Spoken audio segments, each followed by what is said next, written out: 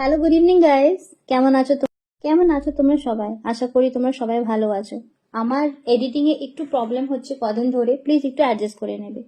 তো ব্লিঙ্কিট থেকে আমি একটা খুব সুন্দর জিনিস আজকে অর্ডার করেছি, যেটা তোমাদের সাথে শেয়ার না করলে আর থাকতেই পাচ্ছি না। তো দেখো, এই বক্সটা আমি খুলছি। বক্সের মধ্যে কি আছে আমি জানি, কিন্তু তোমরা জানো না। বাট জিনিসটা কেমন এসছে সেটা আমিও জানি না। তো চলো খুলে তাড়াতাড়ি তোমাদেরকে দেখাই। আর এই দেখো, বুঝতে পারছো এটা কি? অবশ্যই বুঝতে পারবে। এটা শিবলিঙ্গ। কালকে নীল ষষ্ঠী, অবশ্যই তোমরা সবাই জানো। সো হ্যাঁ, কালকের জন্যই এটা আমি আজকে কিনলাম, যাতে কালকে যখন পুজো দেব আমি সুন্দরভাবে ঠাকুরকে, শিবলিঙ্গকে অভিষেক করতে পারবো। আমার বাড়িতে গাইস ফটো ফ্রেম আছে। ফটো ফ্রেমে তো দুধ দিয়ে জল দিয়ে সেরকম পুজো করা যায় না। বাট এই শিবলিঙ্গ থাকলে আমি সুন্দরভাবে বাইরে না গেলেও আমি করতে পারবো। এত সুন্দর কালার্স দিয়েছে এর উপরে। এই কলসি দিয়ে আমি যদি একটুখানি জল ঢেলি, তাই এই জলটা উপর দিয়ে গড়িয়ে পুরো নিচে অবধি চলে যাবে। ছোট্ট মধ্যে এত সুন্দর সিস্টেম।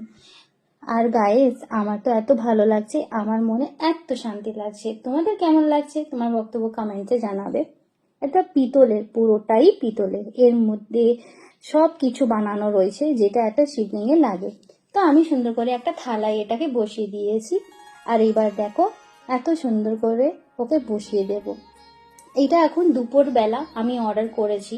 তো গাইস, থালার মধ্যে একটাও ফুল নেই। আমি বুঝতে পারছি তোমরা এটা নোটিস করছো, বাট প্লিজ এটা কমেন্ট বক্সে লিখবে না। কারণ হচ্ছে দুপুরবেলা তো আমি ফুল অ্যারেঞ্জ করতে পারিনি। বিকেলবেলা হলেই আমি কটা আকন্দ ফুল বা বাবা লোকনাথের মন পছন্দের ফুল আমি নিয়ে এসে এটাকে সুন্দর করে সাজিয়ে দেব।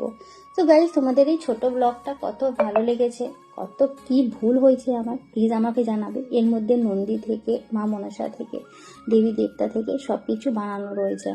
তো এখানে আমি দুপুরবেলা পুজো দিয়েছি, যার জন্য আমার এত মনে শান্তি আর ভক্তি ফিল হচ্ছিল। তো গাইজ, তোমাদের সাথেও শেয়ার করলাম।